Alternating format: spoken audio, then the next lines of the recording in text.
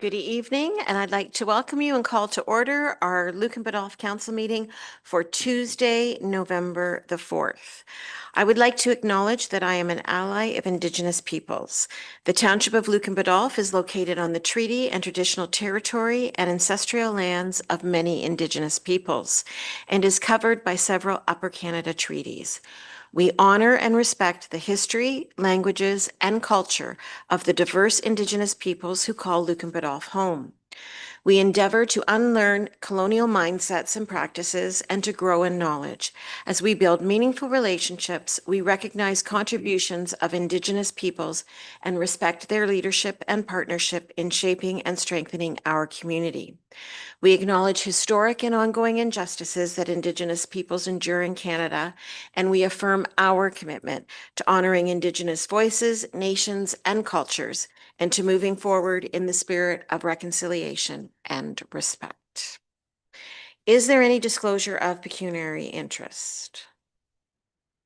I will acknowledge that Councillor Regan is joining us via Zoom. So as we all know, we are in the midst of the annual poppy campaign.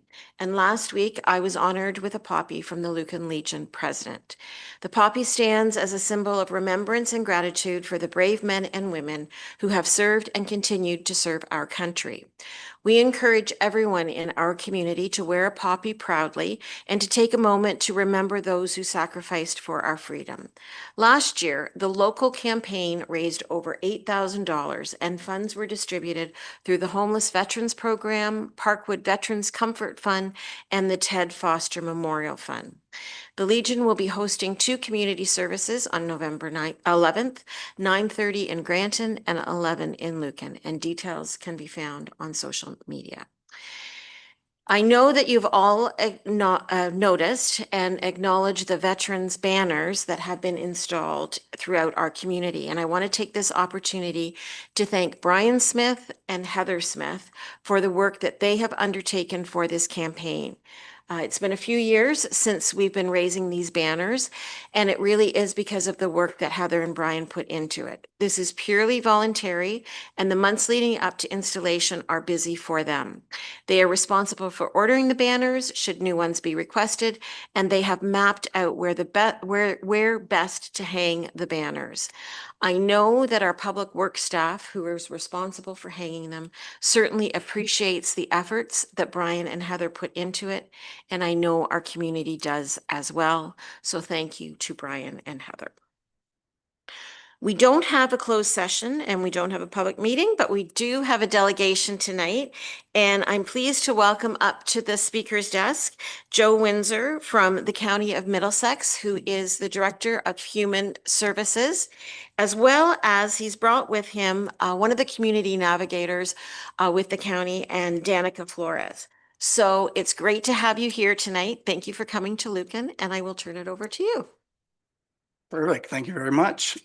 So we have a little bit of a PowerPoint presentation that we will go through. You can ask any questions as we're going through or save them to the end, whichever works for you. So the presentation, just a heads up, the presentation that was probably put on your website is a little different than the one that's going to be shown today, with just a few minor tweaks, but nothing too major. So thank you so much. As Mayor Kathy Burkhart-Jessamine said, my name is Joe Windsor. I'm the Director of Human Services for the county. And this is Danica Flores, who's one of our 2 community navigators. Veronica Newberry was not able to join us today, but she does work out of the Lucan Library weekly as well. So today, I just want to go over a little bit about the homelessness prevention program that is available to any residents who are in Middlesex County. And just kind of go over a little bit of what our program entails, and kind of we are launching a little bit of a new campaign, a new tagline, and my goodness, tagline for and logo for our new kind of connecting journeys. So on the screen here is just a general overview, but if we want to go to the next slide, we'll just kind of jump right into it. So the Connecting Journeys Home Within Community is kind of a program that we have put together, a slogan and tagline that kind of wraps around all of the programs that we provide through the homelessness prevention, which in the past kind of has been, just not as a cohesive piece. So through the work that we've done through our Housing Stability Action Plan, we have consulted with community partners, individuals with lived experience, some county councilors, and internal team members to kind of develop and kind of understand, like, hey, we need to do different for our homelessness prevention program to educate individuals across the county. So why we've done some of this is to increase and streamline some of our access points, create a better understanding and education of what homelessness looks like throughout Middlesex County, not just in the urban areas, but also that there's rural homelessness. Build on, connect, and celebrate some of the successes of our current programs. And I added the Rural Development Network because they were our key partner in developing all this information. They are actually out of Alberta, but they were fantastic to work with us as we create our new slogan and tagline.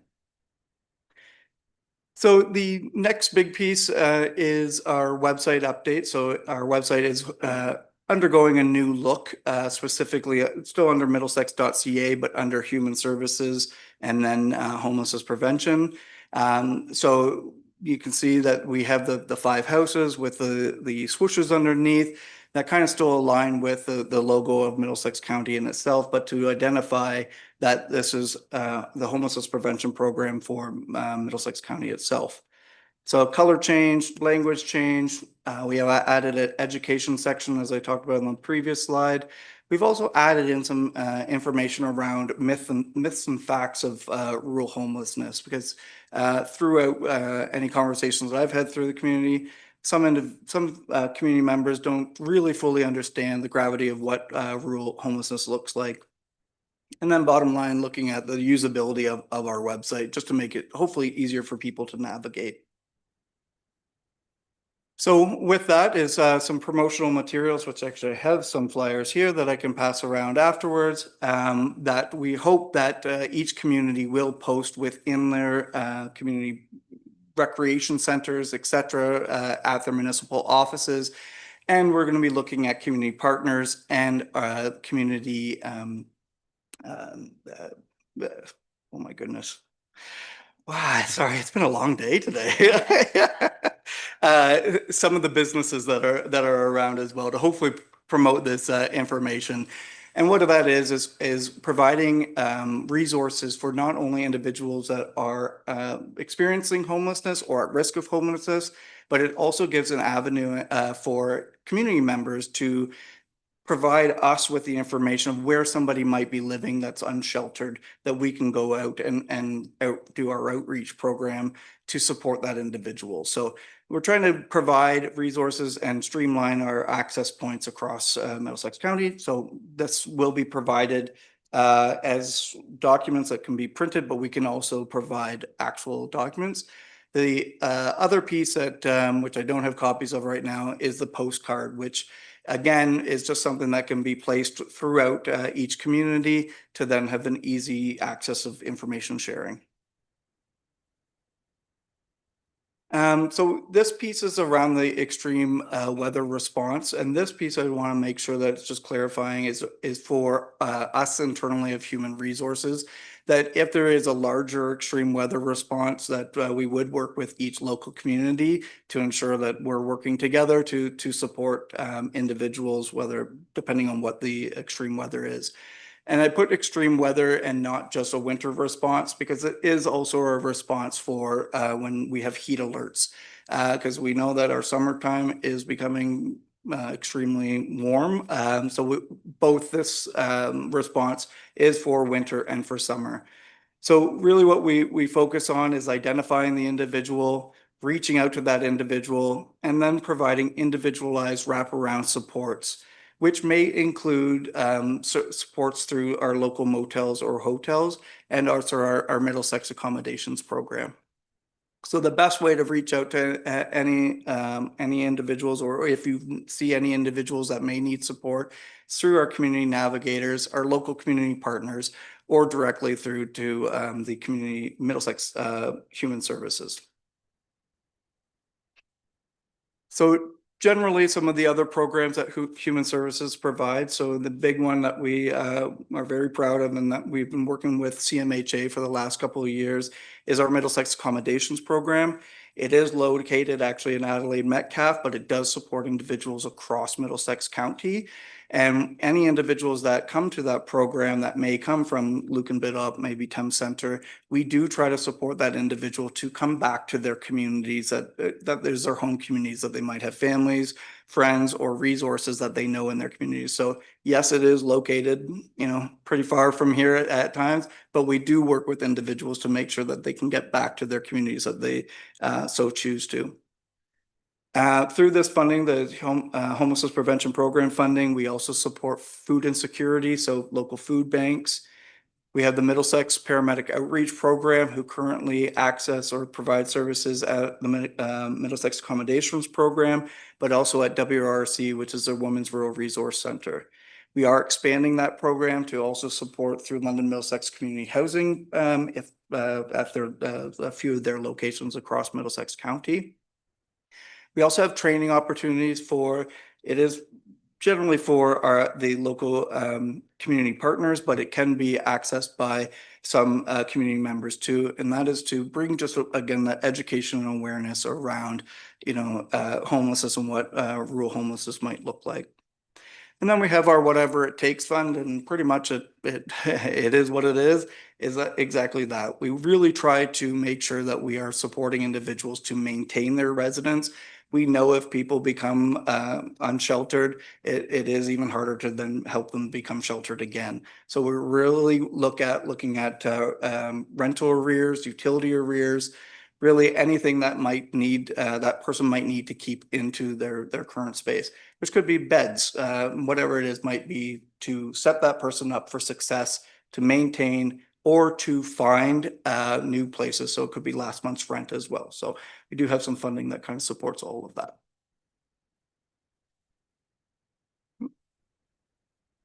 Just added, this was one actually of the slides that was updated. So their community navigator information, their phone number and email, human services contact information. But we actually just launched a new web email address called outreach@middlesex.ca, which is on all of the promotional material, so that we can have just a single access point for anybody that is experiencing homelessness or at risk of homelessness. But again, for the community members to be able to send information to us so we can hopefully reach out to those individuals that may be experiencing homelessness. So what's next? Really, we want to continue to improve our program. So using the data that we have, either from what we're hearing from local municipalities, or we also have a system called HIFIS, which is the Homeless Individual and Family Information System. We love our acronyms in human services. So, and that program really helps us understand what homelessness is going on in Middlesex County and what programs and supports that we may need to look at to increase or shift. We are reaching out to local municipalities, which is why we're here today. And also we're going to be looking at distributing all of this promotional material. The next piece is the Housing Stability Action Plan, which was going to be launched this year, but it will be put off until 2026. What that will be is, so we have actually built the plan in itself. We are now going to be bringing it back to each community to look at our action steps to see, did we miss anything? Are we hitting the mark for what is in each of the communities? So there will be a survey that will be on the county's website.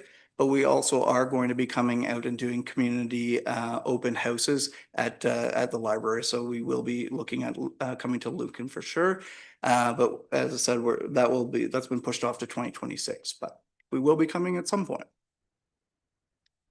And that is the end of my presentation, and I'm open for any questions that you may have. Well, that's great. Thank you very much, Joe.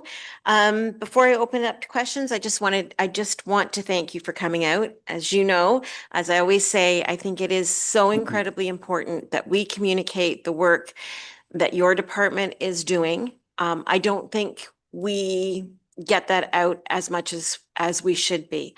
Our communities need to know the work that we're doing, the successes that we're having. And it also is a good reminder that we do have people with vulnerabilities living in our community. And sometimes we kind of forget about that from time to time. So thank you very much for highlighting that. Any questions or comments on Joe's report? So first of all, or presentation, I'll go to Councillor Regan online and then Councillor Westman. Okay, thank you very much, Madam Mayor. Thanks, Joe. Good to see you again. Couple of questions I have. First of all, in your report, you talk about the rural homelessness and the myths and facts. And in a nutshell, can you tell us what that looks like? Or what are some of the myths and facts? Yeah, sure. Thanks. And through the mayor to the councillor, that's a great question. And I don't have the information right in front of me, exactly all the myths and facts, but one of the big ones is that there is no homelessness in rural communities. And that is a big piece that we're trying to educate individuals that yes, homelessness is prevalent in rural communities, but also the at risk of homelessness. And that's a big piece that is growing because costs for everything is going up. And so it is happening in our communities. One other piece would be about the cost of housing. The cost of housing used to be, a little cheaper to live in the rural communities, but we know that the costs of all places, apartments, rooms, rentals, they're all increasing. So that's not just an urban issue, an urban problem. It is a problem that's happening in the rural communities, which is impacting lower or no income individuals. Thank you. Okay, another one, Madam Mayor, if I may. Yes, absolutely. Thank you so much. So one of the things you talked about, I just lead right into the education that we have to give people, and the mayor alluded to it as well. But one of the things in a really, really small community like Lucan Biddulph is we don't actually see it. It's not visible, but we also need to educate about the invisible. And I think they call it couch surfing.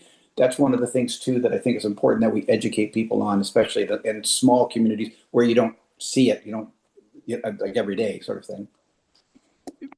Yes, so thank you through mayor to the councillor. That's absolutely right. It is really what some of those education pieces on the website is going to be talking about is what does homelessness look like? So that, as you said, the visible, but also the invisible, which is the couch surfing or living in somebody's basement, wherever somebody can sometimes land.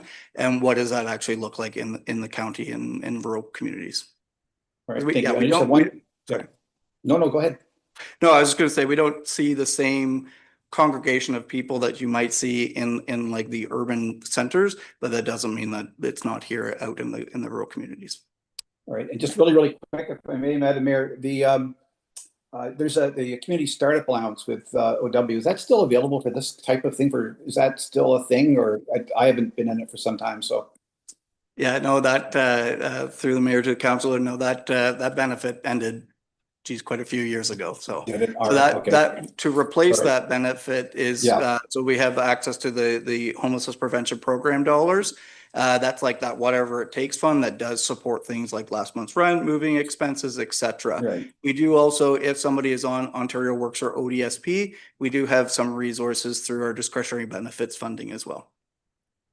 Thanks, Joe. Excellent. I appreciate it. Thank you, Madam Mayor. Okay. Thank you, Councillor. Councillor Westman. Thank you, Madam Mayor. Through you, Madam Mayor. Just wondering, like, mobilizing the community to help kind of identify and then start that process. I'm just wondering, like, do you connect with the food banks and faith communities and even like service clubs and thrift stores and things like that might be in a position to make first contact with someone who's at risk? Is that something that's being done, or?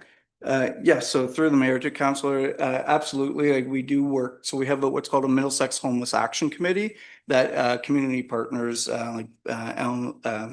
oh my goodness, CMHA, WRC, we have our youth organizations, and we do have a few faith-based organizations that also sit on that. And I think that's one thing that we need to do better at, and I think that's why we're trying to expand our programming and education is to know that there already are a bunch of individuals and residents in the community that want to help. It's how do we focus that help and what is the help that's actually specifically needed? And that's what in 2026, we're going to really look at our data and say, okay, this is where the pockets are, where the issues are. But absolutely, like the Elsa Craig Food Bank, we do communicate with and some of the other food banks throughout Middlesex County. If we're missing any of the food banks or anything, please let us know, because we want to bring all the community partners and resources available to the community and educate individuals. So if we're missing something, please, we're open to hearing and listening. And if you're seeing gaps or in resources and supports in your community, please reach out to us, because we want to be able to support, and we want to do things like this and work better with our local municipalities, because we need to do it together. It can't just be us working together and the local communities. We should be all working together to support them. Any other comments? Councillor Hodgins. Thank you, Madam Mayor. A couple questions. First of all, thank you, Joe and Danica, for the presentation and for coming to visit us. My first question was, do you have any, or do you collect statistics on like the number of individuals kind of per community or per area to kind of get a sense of what the picture is across the county in the lower tiers? Yeah, great question through mayor to the councillor. That the HIFA system is really going to help us identify those pieces of where individuals are. It is something that we are just adding individuals into that. I would say, you know, some of the other local municipalities probably see more individuals than maybe Lucan Biddulph does specifically, but do we have direct data on where every individual is at this point? No, I don't have that per se. Being the manager of Ontario Works as well, like it does, you know, we do have information that way to show who's accessing social assistance programs through that direction. Okay, thank you. And then for all these services that are there and available, are these only available like, you know, county residents? Maybe sometimes people don't have a fixed address, so they might not be tied to a certain location. So are there restrictions that way? Do you have to have some sort of, you know, address in the county to access the services? Yeah, and thank you, and through mayor to councillor. No, we try to be as low barrier as possible.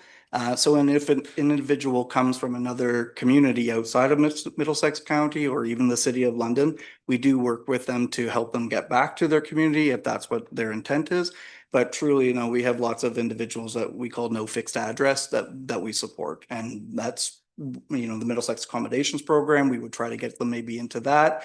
Or, as I said, we do small stays at local motels as well. Thank you. If I may continue, Madam Mayor, thank you. The Middlesex accommodations program, I think you went over it in the presentation, but can you just elaborate on that and what that is and how that program functions? Yeah, absolutely. So through the mayor to councils. So it is a program that has been run over the last couple of years. It actually kind of started through COVID-19, and then we have continued to expand from that. So it used to be that few of us within Middlesex County actually ran the program. Now it has been expanded to include CMHA, Thames Valley Addiction Mental Health Services, who actually run the program. The two community navigators also support that program and go out on a weekly basis. It is a transitional housing space. It is not an emergency shelter. So it is a space that the individuals have to be invited to. And what it is it's up to 2 months that somebody can stay at that program, as long as they are participating within the program. And participating means actively trying to find housing and actively working with either the community navigator or a CMHA worker to try to find accommodations. If they are not actively participating, you know, we try our best to provide the best supports we can to that individual before exiting them out of the program. Thank you very much. Maybe just my last question. I'm just wondering about funding, and I realize it's like a really big program with lots of different pieces, but there's provincial funding and then there's funding from the county as well. I'm just wondering, you know, or maybe there's other federal funding as well, but what is like kind of like overall? Yeah, great question. So through the mayor to council, so it is the majority of the funding is provincial funding. So we have what's called an apportionment agreement with the City of London. So the City of London actually gets the funding for all of the HPP dollars, and then on a yearly basis, we provide a business case to request money. So prior to COVID, we were receiving about 120,000. Now we are just over $1 million that we're receiving through HPP funding, which is great. And it's actually a lot to do with your mayor, who has been a strong advocate for the HPP dollars. So there is a portion, so it's about 17,000 that the county itself does put towards all HPP programs as well. But the majority of it is provincial funding. Okay, thank you very much. I recognize this is probably discussed a lot more at the county council table, but it's really nice. Thank you for coming here and telling us about this. It's nice to learn about. Well, thank you for asking about the map, because before I hand it over to the deputy mayor, it is probably the one thing that I am most proud of doing and being involved in, not only when I was warden, but then continuing after. And the success of that program is like, it's a gold standard. It really is. And I would encourage you to take the time to look back at reports that actually share the data, because it is staggering, the success rate that you've had. So always happy to talk about it. Deputy Mayor. Yeah, it seems like all levels of government, this is a very high concern. And it's anyone that's unsheltered is just nobody. Like the last 4 years, the funding number you just said, I'm sure it's higher than it was potentially 2 years ago. And I just was curious if you could comment on, you know, potentially maybe what success looks like. And I guess my frustration is to the governments, not just upper tier, whether it be federal, provincial, upper tier, do we try to do too much and don't have a high enough success rate? And like, again, I look at it, if you had, just seems like it's where the funding's going up, the success rate to, I guess I look at an unsheltered person to a hopefully sheltered job and independent. I guess that would be, to me, a perfect example of success. And, you know, we wrapped our hands around 20 people and 19 were successful. Is that better than wrapping our hands around 1,000 and 4 being successful? And do we try to like, is there frustrations there? Because it seems like the success is not there in my mind, because it'll be nice when you're not here. Mm-hmm. That you know, it'll be great not to see you.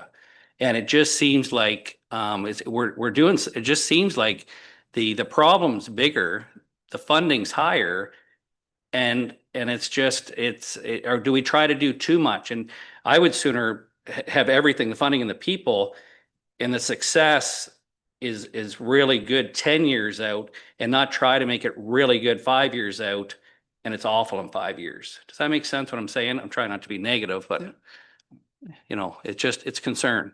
Yeah, and through the mayor to council, you're right. It is frustrating, and we deal on a day-to-day basis of we hit barriers on about trying to help somebody move forward, and you know, where the complexities of individuals' lives that are homeless or at risk of homeless has increased a lot, like lots of mental health, addiction, but just, you know, hard times. And, you know, where some individuals are very lucky to have family supports, where some individuals don't.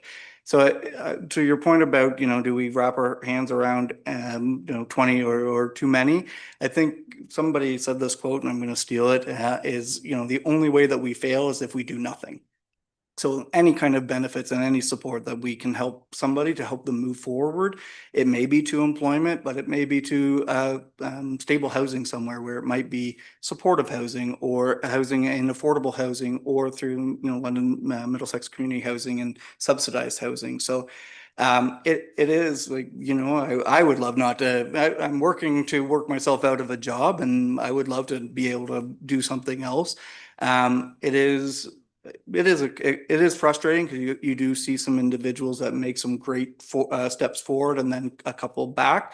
What we really try to focus on when we're housing somebody is that we're not just like, okay, here's your place and then hands off. It's okay, here's your place, but here's also those wraparound services and supports that are needed. And through the county, it's a little more challenging, because we don't have we do have some transportation, but not strong for individuals to access the services and supports. And some organizations that we work with say, well, yep, we can help you, but you need to come to the City of London. So there's a few barriers that are out, especially for us in the rural population. But I think, if we don't do something, then, we're going to have a bigger issue on our hand, I think. Yeah, and I'm very supportive of all the programs. I question sometimes, are all levels of government rowing the right way? And I'll leave it at that. Thank you. Councillor Westman, did you have something else to add? Yes, thank you, Madam Mayor. So I think it's fair to say that I would think a fairly sizable portion of our homelessness is directly attributed to drug addiction and mental health issues. So I assume that there's like a partnering with those services as well. And I know that in my work, like I'm a union steward, and I help a lot of our members to get local services and so on. A lot of employers will have programs for their members and their families to receive support and so on. Local family health teams will do the same. But obviously, if a person's unsheltered, they may not have ready access to that. So I'm just wondering, like, I remember years ago, my wife and I volunteered in London at a food bank, and we saw a lot of people coming in that were in terrible situations where their mental health was significantly diminished, or there was drug addiction involved, or substance addiction. So I'm just wondering, I guess that's obviously a component of all this, I would think, right? Yes, and through Mayor to Councillor, absolutely. And that's why we partnered with CMHA specifically when it came to our Middlesex accommodations program, because CMHA has amalgamated to be both mental health and addiction supports. Yeah. So it's CMHA, it's Canadian Mental Health Association, and Thames Valley Addiction and Mental Health Services. It's a mouthful, so sometimes I just say CMHA, but yeah. So it is an amalgamation of both those organizations to support. And to your point about the mental health and addiction, you're absolutely right. There is a large majority of individuals, but what we are seeing, especially around the at risk of homelessness, are individuals that are working full-time or part-time that just aren't being able to make ends meet. So it is bridging or unfortunately growing outside of, some individuals that might have some more complex barriers to individuals that are just struggling because they can't make ends meet. Any other comments to be made? Well, that was great discussion. That was great discussion. So thank you to my colleagues. Back to, I am going to ask a question, and I can't remember whether it was Councillor Hodgins or Westman talked about, the making of the connection. So the timelines, because I know, Danica, you're probably out in Lucan maybe once a week, once every couple weeks.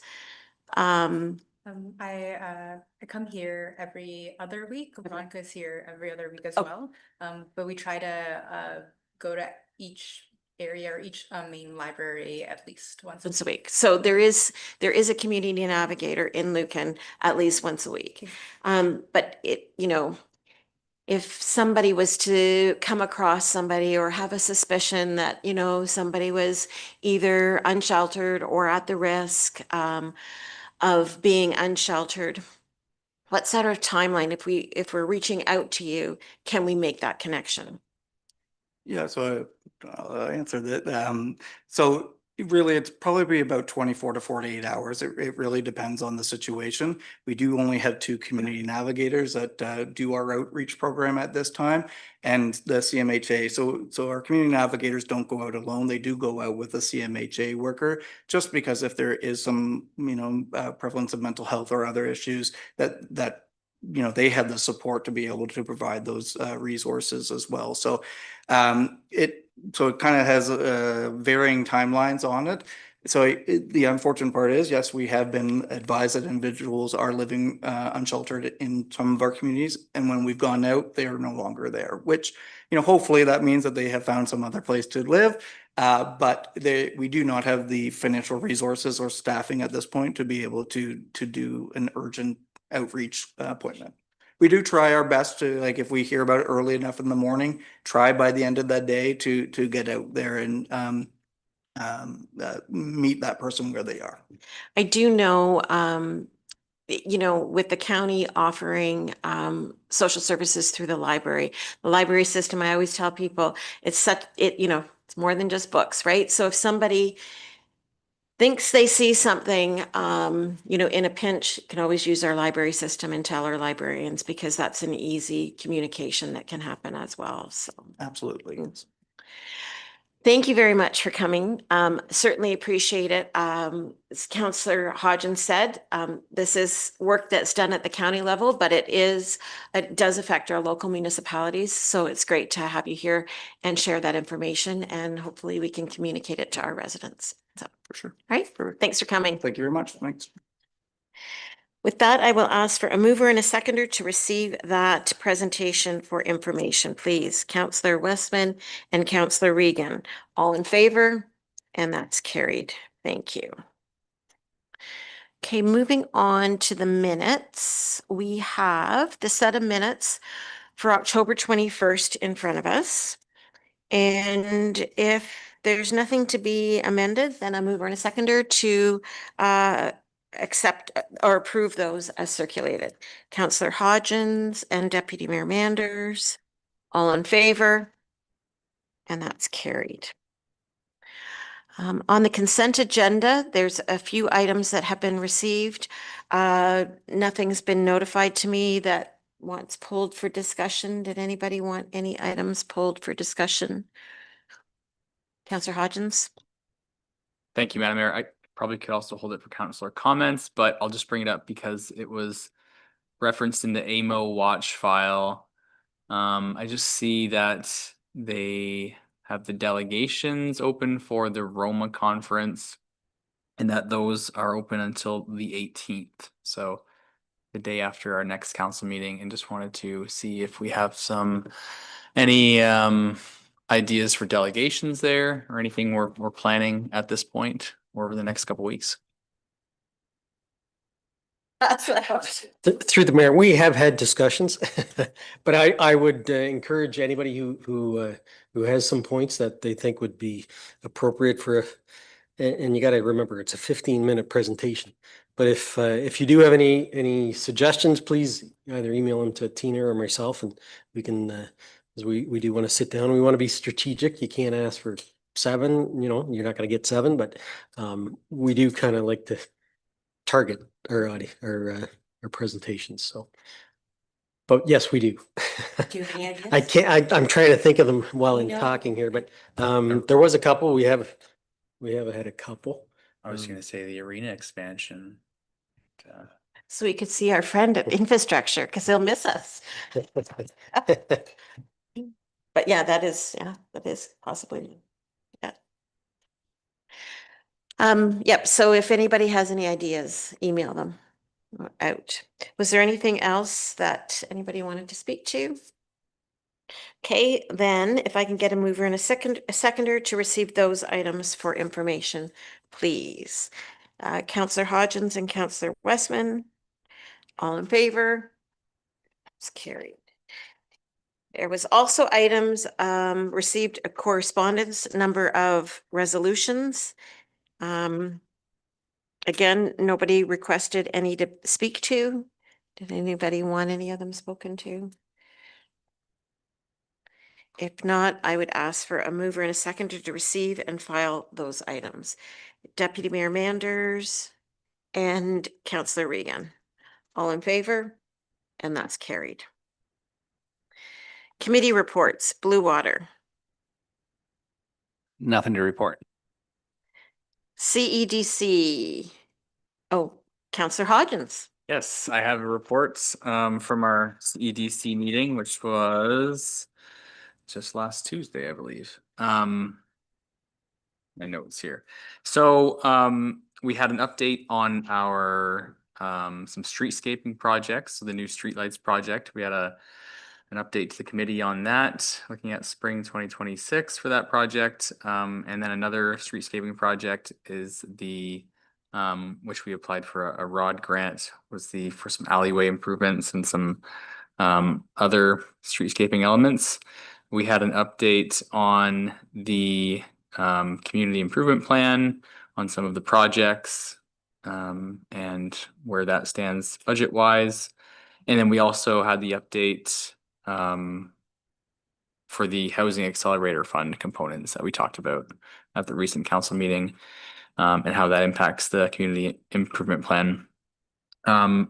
We also talked about the development of a new economic development strategic plan in the first quarter of 2026, and just had a bit of a roundtable discussion about some ideas for projects next year, and Christmas decorations downtown, coordination with the businesses for that. So it was a good meeting, lots of discussion, but we got out of there in time to watch the baseball game. We got an 8 o'clock deadline that night. The important things. Okay, that's great. Thank you for reporting that. Any questions or comments on that? Okay, nothing from Lake Huron, nothing from the fire boards. There, well, with the exception of there was going to be a Biddulph Billingshire Fire Board meeting on Thursday, but we've postponed that. ABCA. Yes, thank you. So I won't speak to the items on attached to the meeting from the UTRCA, but I will just bring to council's attention the announcement from the province that came out on October 31st. I'm not sure if everybody's seen that, but the province is proposing a new provincial agency, the Ontario Provincial Conservation Agency, and they're looking at consolidating or amalgamating all of the conservation authorities within Ontario. So some pretty big news. We're holding a special meeting this Thursday with ABCA to go over this.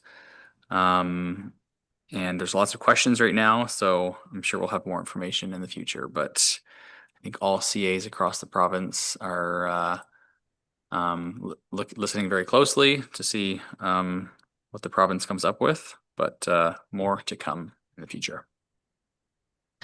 Thank you. Yes, I believe this will be a fast-moving story, I would think. So we'll watch that for sure.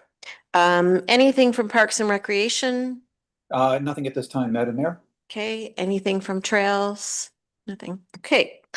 Okay, I don't believe there's any verbal reports on anything from CAO clerk. So building, Arnie, you've been waiting patiently in the back. Thank you for coming in person tonight while you get settled.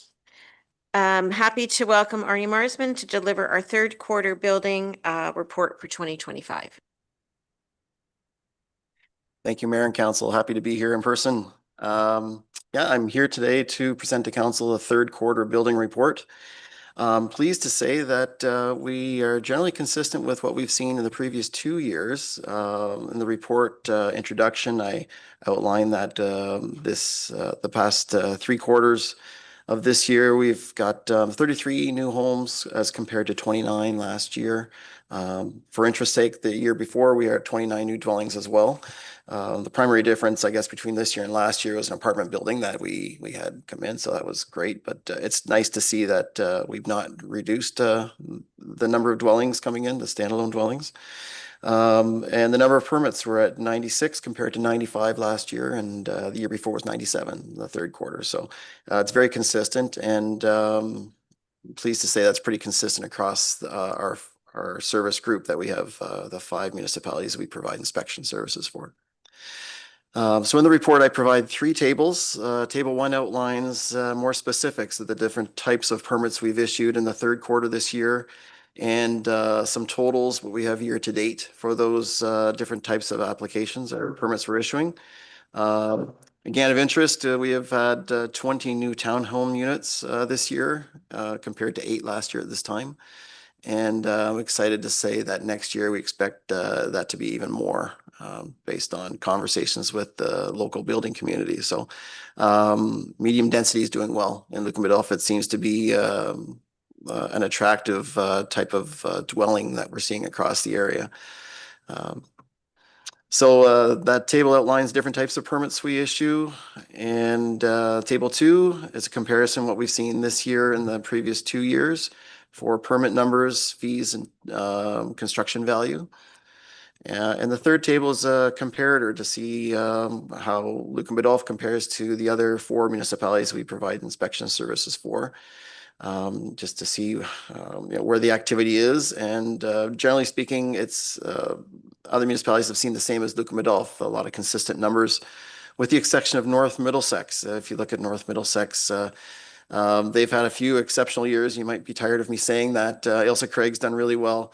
This time last year, they were at 30 new dwellings, and this year they're at 54 new dwellings. Again, primarily in Ailsa Craig, and generally speaking, primarily actually medium and low density. So they've done really well. So if there's any questions, council may have the report or building information, I'm happy to speak to it. Okay, thank you very much for that, Arnie. Questions while he's here? Councillor Hodgins? Gotta think of something. He's here, right? I guess nothing too specific with the report, but maybe just, if I may, kind of go a little bit off the report, but just I want to ask about, CAs, because I know you have some experience with CAs as well. And, just listening to the province's announcement about this recently, it's tied to housing, it's tied to having standardized practices across the province because each CA is operating a little bit independently. And I'm just wondering, from your perspective, Arnie, you cover a couple different municipalities and different CAs as well. So maybe there's some different processes there. I guess, do you see maybe some inefficiencies or delays or obstructions to building or in housing starts from the CAs, and be as honest as you want with that, but I'm happy to be as honest, through the mayor. I'm a former CA employee. I worked there from 92 until 2000. So I have 8 years. I was at the Upper Thames River Conservation Authority. In Middlesex Centre, we have 5 municipalities that are different watersheds that encroach into Middlesex Centre. Lucan Biddulph, I think there's 2. We've had no real issues at all working with them. We have good relationships. The conservation authorities in this region have generally have good detailed mapping, defined floodplains, slightly different processes for sure, but very similar. And I'm not going to provide any real negative opinion. They're good staff there, and we have a good relationship with them, and things work well right now. And I don't see the Conservation Authority holding up our permit processes. It's pretty clear when people approach us asking, can I build a house on this property? Our mapping is nice. It's up to date. We can pinpoint if it's regulated by the Conservation Authority or not. They provide that mapping layers to us. And generally, we'll send people directly to the CA, and they'll respond pretty quickly. So I have no concerns. I have some concerns with losing that, but we'll wait and see. Okay, thank you. That's the only question I can think of. I know in this case, honestly, I think the fear, is bigger, actually going to be better for communities like ours, right? I don't know. A couple questions, Arnie. I know that we haven't had any ARU permits. I think I asked you last time. And now that the, official plan's been approved and we can move forward, are we seeing across the county any uptake in people looking at putting ARUs on their property? Do you think that this is something that will maybe go like slowly, be something that's attractive to residents? Through the mayor, great question. There's a slow uptake right now, very slow. Although as a side, about 2 weeks ago, I was invited out to Cops Biddulph in Hyde Park, and they're advertising some ARUs in their yard. We discussed us looking at the plans, their building plans, quick approval processes, and they have a lot of interest in our 5 communities, well, 5 municipalities, several communities. So they're excited to see us. We reached out to COPS, we at Middlesex Center, a couple of us, out of interest for our Housing Accelerator Fund usage, and also priority that we want to encourage diversified housing and ARUs. So anyways, we had a very good meeting at COPS, and we're going to get them some information about accessory building heights and areas, and see if we can get some pre-approvals of some of their drawings that it can be fast-tracked if the applications come in. So it's a good relationship, I expect, with COPS, and at some point, maybe we'll bring that to your council as well, to see if you would buy into that relationship. Well, I mean, I can't speak, but I mean, Lisa has been working, with changes to our CIP. That could be something that's tied in there. So I would encourage a conversation there for sure, since we were successful in getting half funding too. So how that's tied in, that would be great. And then just with all the changes to DCs, the ever moving, monitor, never know what is going to happen, from one day to the next. How do you see that, affecting our communities and us having to keep up with the changes that have been implemented? Yes, thank you for asking that. I was going to raise my hand, actually. Yeah, there's been a couple of significant revisions, amendments with regards to Development Charges Act and Building Code, and primarily with regards to payment of development charges now at occupancy instead of at time of building permit application.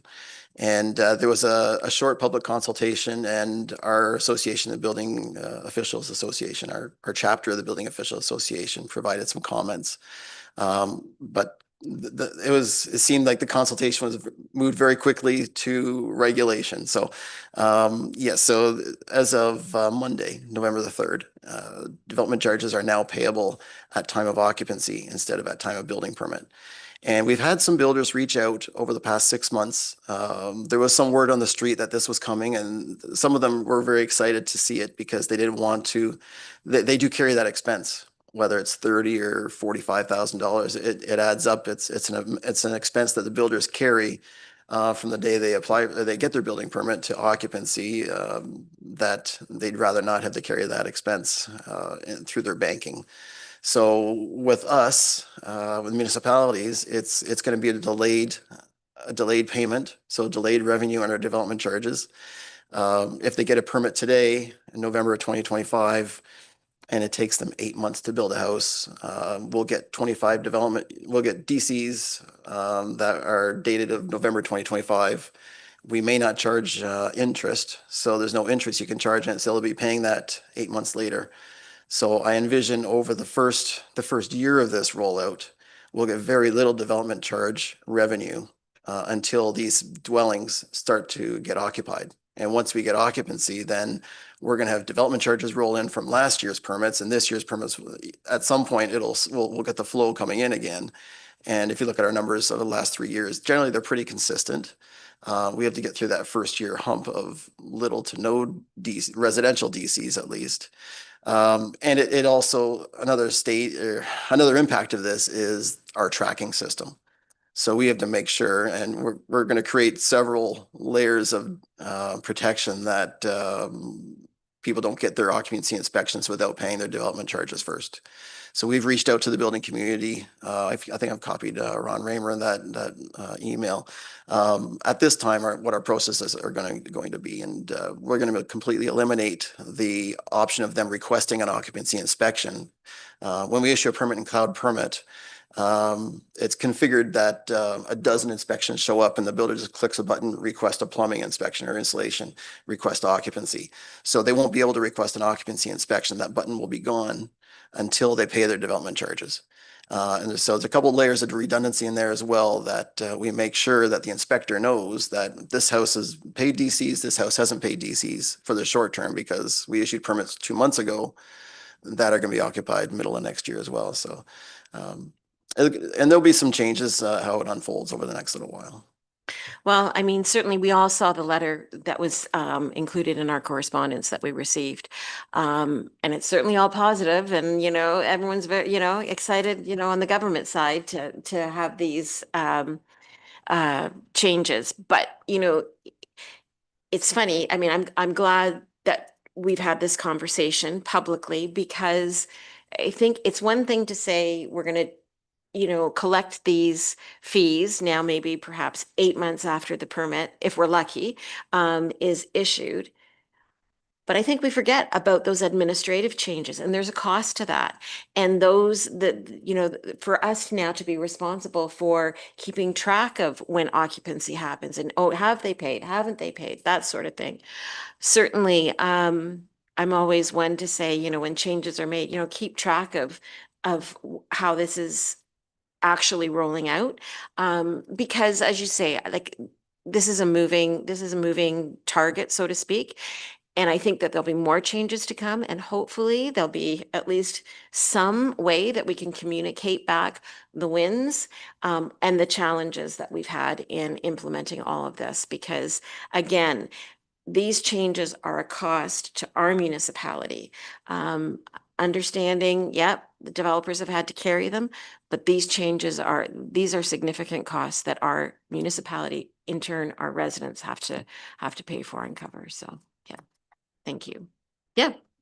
I was just gonna say, if you're speaking at other municipalities, if you maybe don't agree with me, but it's just, when you're talking, I was gonna speak for Catherine almost and say, now the burden's passed on to our taxpayer. So that's, I mean, all you said was the burden was carried by the developer, but to finish the sentence would be say, now it's transferred to your ratepayer, would be a correct statement, I think. Thank you. All right. Any other comments or questions? Okay. All right. Thanks again for coming, Arnie. It was great to see you as always. And I will ask for a mover and a seconder to receive that item for information.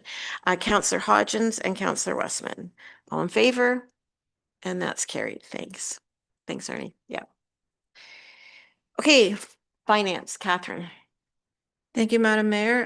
The report I have tonight is the budget actual as of the end of the third quarter, September 30th. And it's just for information at this time. I did provide some comments in there. If you look at for the summary, where you might want to be if you're 3/4 way through 75% of your budget.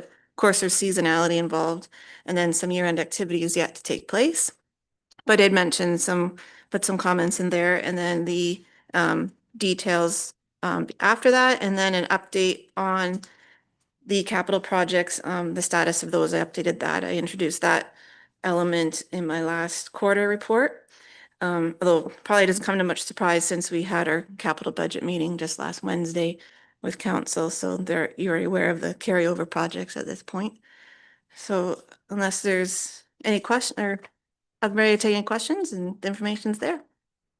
Okay, thanks, Catherine. Any questions on what's been presented to you in this report? Deputy Mayor Manders. I looked at it, obviously your notes are always nice, but I guess was curious, is there anything that you'd say, oh, well, I showed you that, you didn't ask, that I should be concerned? So, I guess that's my question, like, is there something there, not that you're trying to trick us or anything, but I like, it looks, like, is there anything there that you go, you know what, I hope Dave doesn't bring this up? A quick answer to that would be no. I try to be transparent. No, Everything is there. What I mean Did is, add some comments. there's 3 months to go yet, right? There's 3 months to go yet. I would say our senior staff and our staff has a better idea what's to come in 3 months than I do, I would hope. And I guess that's where is there anything that, that's coming up that, whether it's good or bad or not really, and things that are plugging along good. So I think in general, things are going okay. Of course, we can't foresee what the winter is going to bring as December goes. If we have another December like we had a year ago, it might affect some of those numbers in that department, because then you had the big effect earlier in the year. Now you might, depending on what happens in this December as well. I did put my new comments in there about the pool where you opened it in June, so you increased revenue there. But of course, you saw there's an increase we're over in the budget on the wages side of that as well. But I think overall, the summer programs were successful, and I think Darcy alluded to that in one of his earlier reports. Of course, we can't foresee, but there's still 3 months to go. Never know what can happen. I think anything big has already been communicated to council and other reports that have come up, like major repairs, that sort of thing. We talked, maybe had some of those questions come up when we had our finance committee meeting. We guys talked to budget last week, so some of that may come up, but if I could see the future, I might not be sitting here, so. Thank you. Thanks. Counselor Hodgins. Thank you, Madam Mayor. Great question, Deputy Mayor. Just I wanted to ask about the with the winter control being high. So we had a major winter, ton of snow. So there'll be some things going over budget there, and that can obviously be hard to predict. So maybe, like, I guess just kind of do we know approximately you know, how much we're gonna go over there? That'd be the first question. And then I guess is there consideration, I think maybe the county does it where I don't want to get into like talking about creating a new reserve, but they'll maybe have, when they have a light winter, some of the excess funds would kind of go into a fund that would cover these sort of larger winters. I guess it would be another reserve, it sounds like, potentially. But do you think that's something we should be considering, or how do we deal with, you know, the fluctuations and those numbers for winter control? I think that might be a good idea if council wants to give direction to set up a new reserve. I can look at what that looks like at the end of this year and how much is left once we get through December, and then see if there's a specific amount we put reserve, just like we do with building permits or we do with the drains, that sort of thing. So as far as depending if we have a light winter, like light December, November, December, we're still within our budget. There's not a lot, we haven't gone over, we're not over our wages at this point. We are closer than probably we want to be, but there's still room there because we do plan for winter in those months, but depends on if it's extreme like we had last December, then it would go over.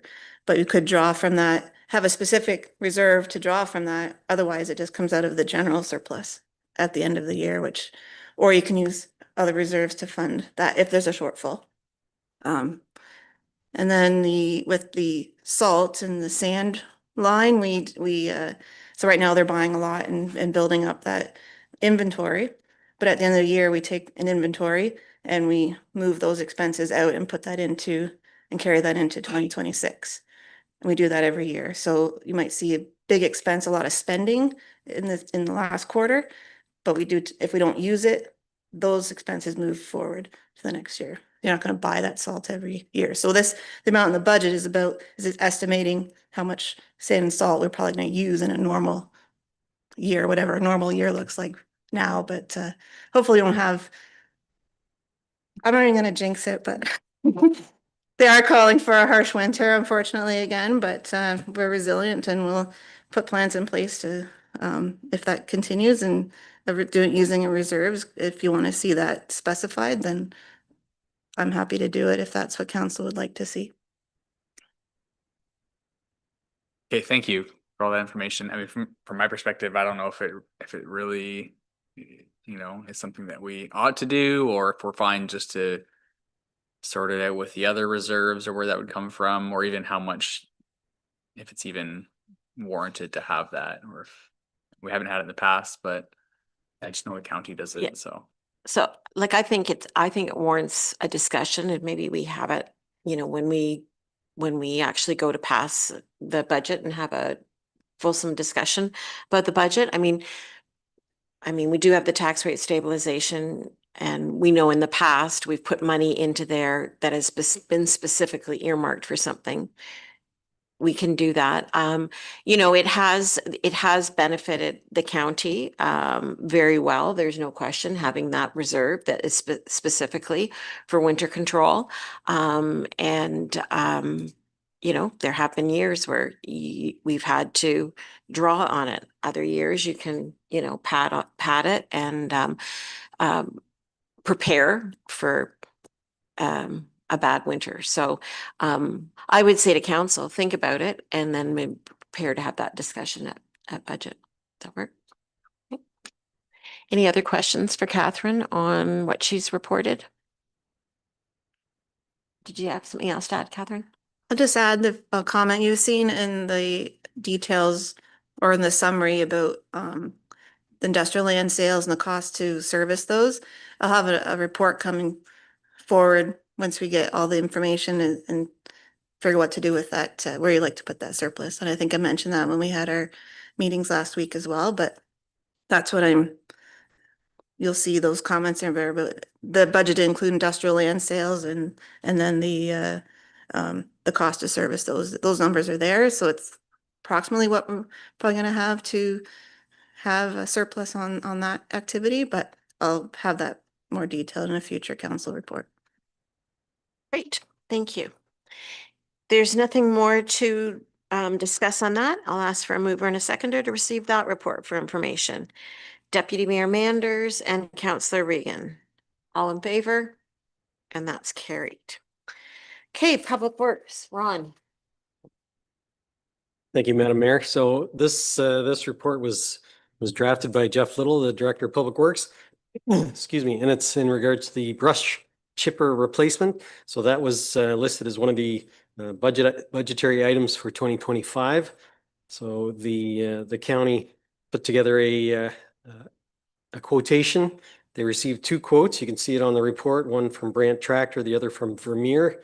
We had $80,000 budgeted in the budget. The lowest tender comes in at 81,449. So that's within 2% of that number. So we think that's a fairly accurate price. And the recommendation from your Director of Public Works and myself is to proceed with the purchase of the low bid, the Vermeer Canada wood chipper. So happy to entertain any questions. Not necessarily would I be able to answer them if they're technical in nature, but I will try. That's great. Thank you for that. Questions or comment on this? Yep. I assume then the old one will go on that auction site that he puts on for municipalities probably, or be an assumption. He Yes, wouldn't bother yes. keeping it. Thank you. Okay. Any other questions? All right. If I can get a mover and a seconder to receive that report and to authorize staff to accept the quotation from Vermeer Canada for $81,449, excluding HST, for the replacement of the brush chipper. A mover and a seconder, please. Councillor Regan and Councillor Hodgins. All in favor? And that's carried. Okay, nothing. Do you have anything from economic development? Okay. Any other business? I don't think anything's been added to our business arising once. No. Okay. And then if you want to put anything on, just let Tina know. Any notices of motion? Council comments? Deputy Mayor Mander. Just if you could pass along to probably Jeff, Ron, I had someone dropping off pumpkins at the Public Works Department there, the drop-off site. And while they're dropping it off, there's pumpkins mixed in with the brush and stuff. And they just had a lady there, a farmer was there walking through the brush trying to pick it out because she used it to feed her animals.